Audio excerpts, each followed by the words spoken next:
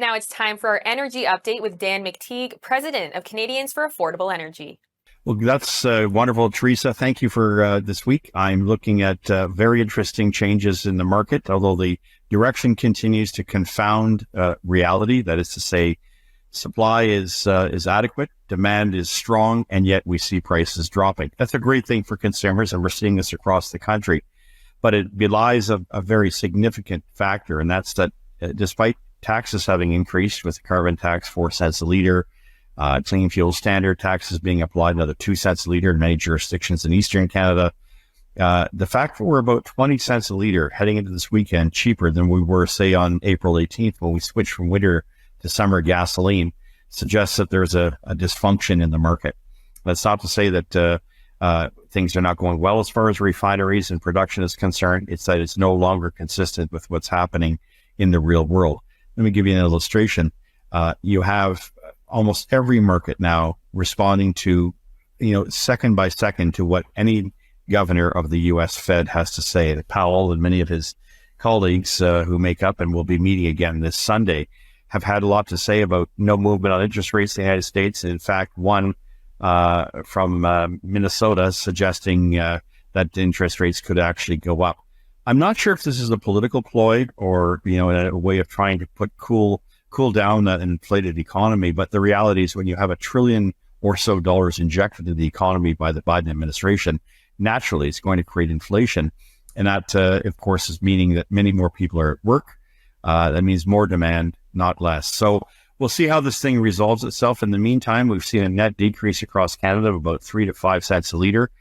That's been important for places like Vancouver, which were $1.95, $1.96 last week, now going as low as $1.84. So a savings of 11 cents a liter. Same for Victoria. The rest of British Columbia down 4 cents a liter into about the $1.66 range, while Alberta has seen prices mysteriously remain at $1.61.9 in places like Calgary, even though it costs most gas stations about $1.42 to buy their fuel. It looks like they're finally waking up to the reality they can't continue to really hose consumers about with retail margins of 17, 18, and 19 cents a liter. 10 cents is about where it should be. That means the gas prices should be a lot closer to $1.50 by the weekend for much of Alberta.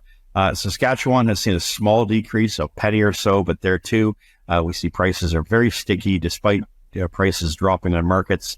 Saskatchewan gas retailers like to hold on to those big fat margins that in which they're making a heck of a lot of money, and they can't point fingers to oil or to Canadian dollar or to oil, the price of refined crude.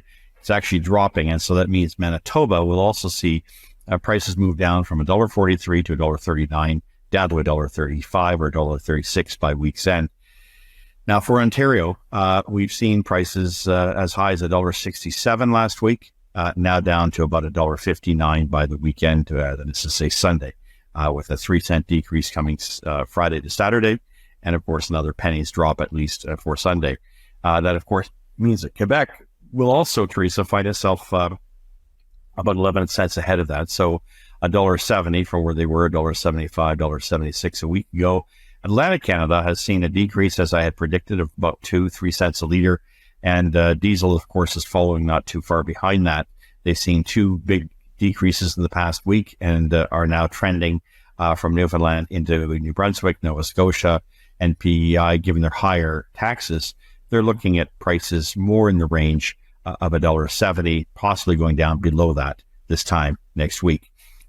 2 big events. I mentioned the U.S. Fed meeting this week. It's an official meeting that could suggest long-term for interest rates.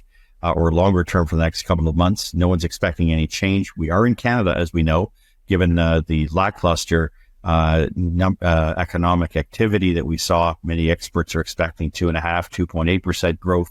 We got 1.7. So that's far off what we thought. We know Canada's in trouble. But it also means that the other factor we should be looking at is what happens on Sunday.